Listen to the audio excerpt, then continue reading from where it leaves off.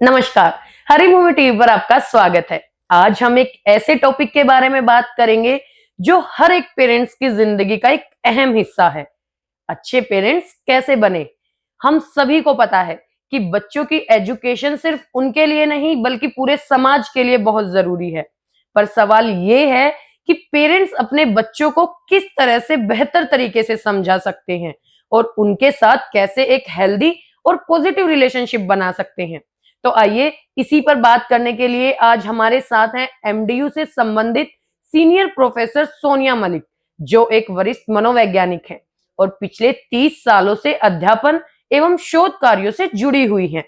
सामाजिक परिप्रेक्ष्य में निरंतर बदलते हुए मूल्य में मानव व्यवहार से संबंधित साइको सोशो इश्यूज पर लगातार काम कर रही हैं। अनेक सामाजिक संस्थाओं से भी जुड़ी हुई हैं। नर्सरी से डॉक्टरेट करने वाले बच्चों के साथ संपर्क में रहती हैं। खास बात यह है कि डॉक्टर सोनिया मलिक एक मोटिवेशनल स्पीकर और काउंसलर हैं। साथ ही हिंदी कविता और चित्रकारी में उनकी खास रुचि है। नमस्कार मैम, हरी भूमि में आपका स्वागत है। आज हम आपसे चर्चा करेंगे गुड पेरेंटिंग के लिए। तो हमारा आपसे सबसे पहला प्रश्न ये रहेगा कि अक्सर बात होती है कि पेरेंटिंग क्या होती है, तो क्या ऐसा भी है कि इसमें गुड पेरेंटिंग और बैड पेरेंटिंग कोई चीज होती है?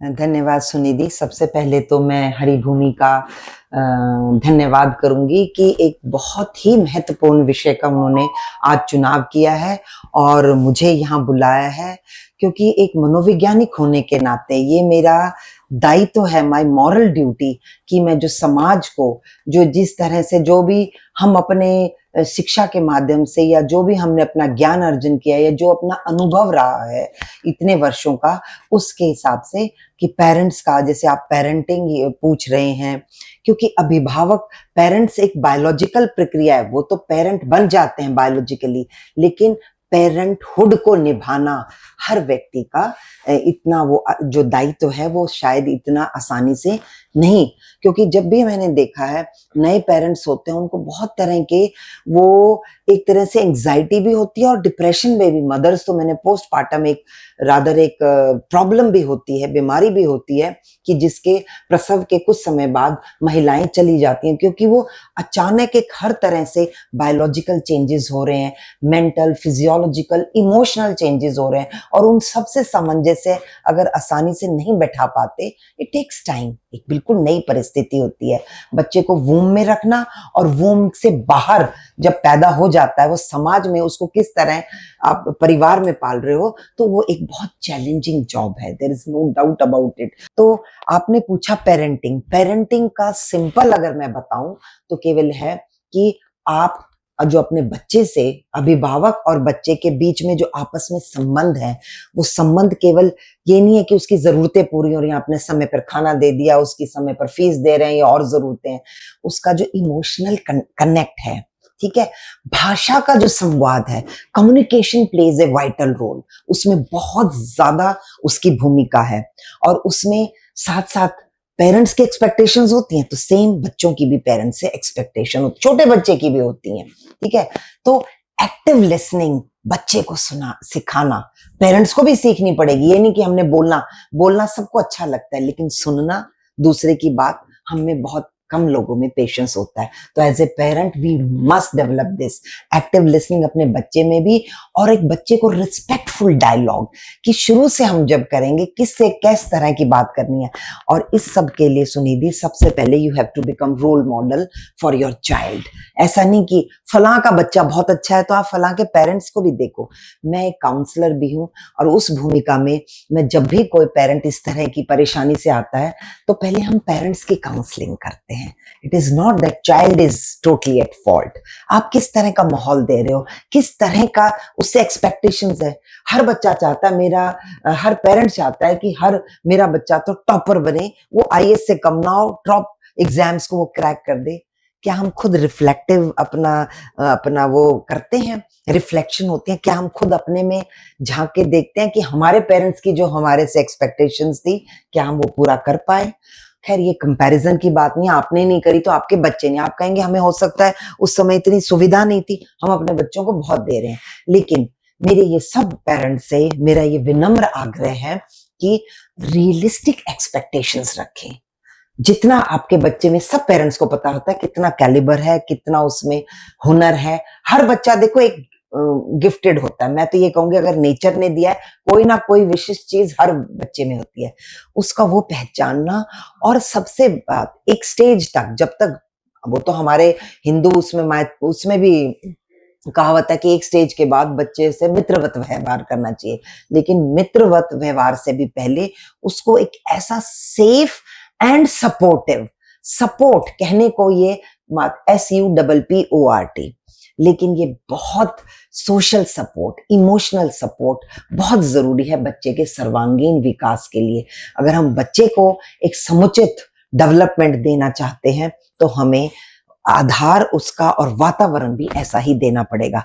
तो parenting is depending on mutual trust, जो बच्चे की एक्सपेक्टेशंस है। अच्छा, चेंजिंग वैल्यूज है, चेंजिंग टाइम्स है। जो पहले होता था ये हम लकीर नहीं अब बता सकते, लकीर की फकीर की तरह, बिकॉज टाइम्स हैव चेंज। हमारे वक्त तो ऐसा होता था, हम तो ऐसे होते थे। हमारे पहले तो मास्टर ट्रीट दिया करते, पेरेंट्स तो इंकरेज किया करते, हाँ जी इसको कुछ भी करो आपने है, और वो बन भी जाया करते। These days we are living in an era where corporal punishment is an offence.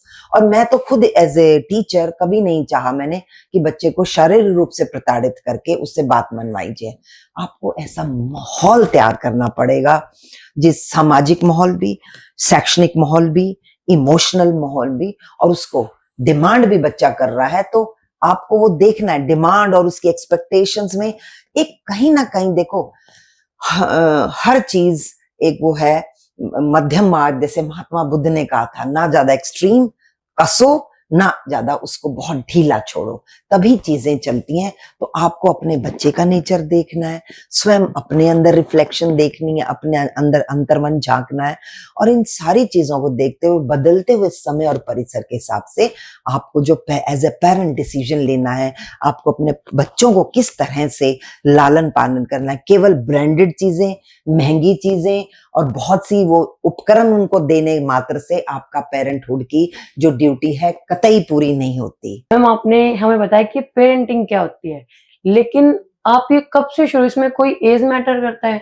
या फिर भाई जब से बच्चा पेट में होता है कि वो वहीं पेरेंटिंग से तो देखो सीखना? मैंने सुनिधि बताया, it starts right at the conception. जब मदर धारण कर लेती है वो कॉन्सेप्ट, वो उसका पेरेंटिंग तो शुरू हो जाता है। ठीक है, वो बच्चा अभी उसको बाहर फॉर्म में नहीं आया, तभी अभिमन्यु का कहते हैं कि अपने माँ के पेट से ही वो सीख गया था। और वो इस बात का केवल और केवल सीधा मतलब ये है कि उस समय जो मदर की डेवलपमेंट हो रही है, फिजिकल, इमोशनल, जो उसको बाहर से अगर आप स्ट्रेस वाली सिचुएशन में रखते हो तो डेफिनेटली बच्चे पर उसका डायरेक्ट, क्योंकि उसी के अंदर वो पल रहा है, उसी से वो भोजन लेकर पुष्पित पल्लवित हो रहा है। लेकिन जब बच्चा बाहर आ जाता है, जब उसका समय अवधि के बाद उसका जो होता है, हम साइकोलॉजी में कहते हैं कि बच्चा जन्म के समय ना तो सामाजिक होता है ना असामाजिक, असोशल बोलते हैं उसको, क्योंकि समाज के नियमों से अभी वो वाकिफ नहीं है, अभी सामाजिक प्राणी नहीं हुआ, और असामाजिक वो कैसे हो गया। लेकिन धीरे धीरे सोशलाइजेशन प्रक्रिया के तहत, सामाजिकरण प्रक्रिया के तहत माता पिता जो उसकी इमीडिएटली प्राइमरी एजेंसी फैमिली होती है, उसके बाद जैसे जैसे उसका दायरा, अगर आजकल तो एकाकी परिवारों का हो गया है, पहले ज्वाइंट फैमिलीज होती थी। अब कितनी बार मुझे बहुत हैरानी होती है, लेकिन ये फैक्ट है, दादा वाली जनरेशन या उससे पहले उनको ये भी नहीं पता होता था, 4-5 बच्चे हैं, कि बच्चा कौन सी क्लास में पढ़ रहा है। बट यहाँ ये मत सोचिए कि वो नेग्लेक्टेड है। The eldest child of the family, he और she used to take care of that. Mother अगर और चीजों में लगी हुई है, फादर अपना जीविका उपार्जन के है, तो ऐसा बात नहीं। And they had trust. मैं देखो कंपेयर कर रही हूँ, उस समय के अपने फायदे थे, आज के अपने हैं। आज बहुत इंडिविजुअलाइज्ड कल्चर हो चुकी है। जो हमारा पेरेंट्स और बच्चे, इमीडिएट बच्चे, केवल यही हम फैमिली मानते हैं। पहले फैमिलीज में एक्सटेंडेड फैमिलीज भी इंक्लूडेड होती थी। तो जैसे जैसे परिवारों का स्वरूप बदल रहा है तो फोकस, क्योंकि बच्चे and specially in country, Europe में आजकल भी, अमेरिका में भी 4-5 बच्चे आम बात है, कोई वो नहीं। लेकिन यहाँ हमारे यहाँ शिक्षित वर्ग तो खासकर मेजोरिटी 1 या 2 पे, और आजकल की जो जनरेशन है उसमें वो 1 भी जापान वाला हाल हो गया, बहुत लेट मैरिज कर रहे हैं, लेट अगर होता है तो वो है। तो उस चीजों का देखो, ये जो सारे फैमिली डायनेमिक्स है, बच्चे के व्यक्तित्व पर भी तो प्रभाव पड़ता है। बच्चा अपने हम उम्र से, बड़े छोटे से बहुत कुछ सीखता है, वो चीजें आजकल एब्सेंट हो रही है। He is staying most of the time in the company of elders, अपनी उम्र से जो बहुत बड़े हैं उनके संपर्क में वो ज्यादा रहता है। तभी बच्चे बहुत मेच्योर हो रहे हैं।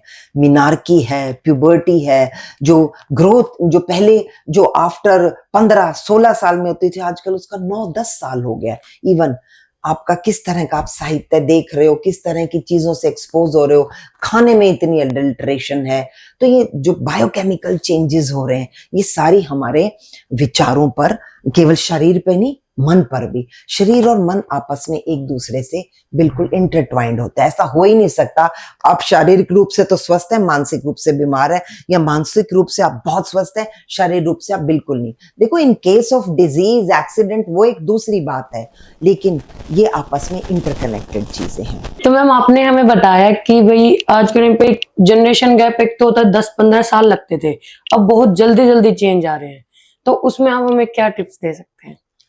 पेरेंट्स को क्या टिप्स देंगे उस जनरेशन गैप को ब्रिज करने में, उसको कैसे हम, हाँ जी, उस खाई को हम कितना से कितना ज्यादा कैसे पाट सकते हैं? आप आशय ये है क्या? हाँ जी जी सुनिधि, ऐसा है कि जब बदलते हुए परिवेश में, देखो ये तो सृष्टि का, प्रकृति का नियम है, चेंज के साथ अगर हम चेंज नहीं होंगे तो हम पीछे रह जाएंगे, और समय तो अपना, time and tide wait for none, वो तो यूं ही चलते हैं। तो बहुत, जैसे मैं आपको भी बता रही थी कि बच्चों में भी फिजिकल जो चेंजेस हैं, उसके साथ जो मेंटल चेंजेस हैं, अब आजकल के मैं देखती हूँ अपने आसपास के जो छोटे छोटे 1.5 साल के बच्चे हैं, वो मोबाइल को वो उनको स्क्रॉल करना आ गया, बिकॉज ये चीज अवेलेबल है उनके साथ। टू मच एक्सपोजर, वो ऐसे स्टिमुलस वातावरण में रह रहे हैं, स्टिमुलस उनके पास इतने हैं कि वो उन चीजों से ऑफ कोर्स प्रभावित हो रहे हैं। हम कह रहे हैं बहुत फास्ट है जनरेशन। तो ये है कि उसी के साथ जो जनरेशन गैप का भी जो है, जो अवधि है, वो भी बहुत कम होती जा रही है निरंतर, विद द फास्ट पेस। और बहुत जल्दी आप, you are old fashion, parents को अक्सर बच्चे कह देते हैं, आपको नहीं पता, आप नहीं समझोगे, आपको क्या मालूम, तो इस तरह से। तो ये चीजें, क्योंकि बच्चों जो हम हमारे समय के स्कूल थे, जो हमारे पेरेंट्स के समय के स्कूल थे, और जो आजकल के बच्चों के हैं, there is a vast gap, ठीक है। और मैं ये गलत सही किसी में नहीं, we should not be judgemental. सबसे पहले तो पेरेंट्स हो और या हम किसी भी भूमिका में हो, एक अगर हम एक निर्णायक या एक हम जिम्मेवार पोजीशन में है, तो हमें जो भी डिसीजन लेने चाहिए या जो भी निर्णय करने चाहिए, जो भी हमारा अपना व्यवहार प्रदर्शित करना चाहिए, वो जजमेंटल नहीं होना चाहिए। हम पूर्ण जो है प्रेजुडिस से, या पहले ही हमने धार लिया ये तो ऐसा होता है, आजकल की जनरेशन तो खराब है, ऐसा नहीं है। मैं यंगस्टर्स को देखती हूँ, मैं बहुत से ओल्ड एज होम्स विजिट करती हूँ, एनजीओ से, मैंने कहा मैं किसी ना किसी रूप से जुड़ी हुई हूँ, वहां मैं देखती हूँ, अगर ऐसा नहीं है कि केवल और केवल युवा पीढ़ी ही जिम्मेवार है, वो अपने पेरेंट्स को नहीं रख पाई या है। अभी मैं रिसेंटली यहाँ के किसी बड़े प्रतिष्ठित ओल्ड एज होम में अभी लास्ट वीक की थी, and I was talking to them. तो कई ऐसे पेरेंट्स थे जो कि उनके बच्चे बहुत समृद्ध हैं, they are doing well in their fields, और पेरेंट्स की भी तो नहीं उनसे बनती। अपने विचारों को आप दोनों तरफ से म्यूचुअल जो है वो करना पड़ेगा आपको, जिसको कहते हैं फ्लेक्सिबिलिटी होना चाहिए, लचीलापन हो चाहिए। मैं इसको झुकने का मतलब ही नहीं है। देखो, मुझे हमेशा वो कहावत याद आती है, फलदार वृक्ष हमेशा झुकते हैं, प्रकृति का नियम है। आप अड़ोगे तो वो जो अड़ते हैं, जो सीधे तने के पेड़ हैं, वो सबसे पहले काटे जाते हैं। तो झुकना हमारा फ्लेक्सिबिलिटी है। हम इसको साइकोलॉजी के टर्म्स में, पॉजिटिव साइकोलॉजी के टर्म्स में हम इसको रेजिलियंस कहते हैं। विषम परिस्थितियों में जब अब आपको आपके सामने आप गिरते हो, लड़खड़ाते हो, आप मतलब हार जाते हो, लेकिन आप हार मान के गिरे नहीं रहते, आप उठने का प्रयास करते हो, धीरे धीरे अपनी हिम्मत सजो के उठते हो, फिर लड़खड़ाते हुए खड़े होते हो, फिर धीरे धीरे चलते हो, और एक समय आएगा आप फिर दौड़ोगे। तो रेजिलियंस होना बहुत जरूरी है।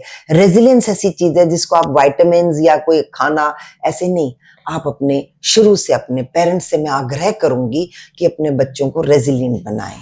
केवल उनको स्पून फीडिंग करके हर चीज उनके बिल्कुल मदर हैन की तरह, जैसे मदर हैन अंडों पे बैठी रहती है, उनको अपने स्वतंत्रता से पंख फैलाने की भी जहां जरूरत है बिल्कुल कीजिए। पेरेंट्स हैं, हम करते हैं, और इंडियन पेरेंट्स तो मुझे लगता है till they breathe their last, तब तक अपने बच्चों की उनको फिक्र भी होती है, वो भी है। और हाँ, हम इस ब्रिज को गैप कर सकते हैं डेफिनेटली। सबसे पहले और फॉरमोस्ट उसमें है इफेक्टिव कम्युनिकेशन।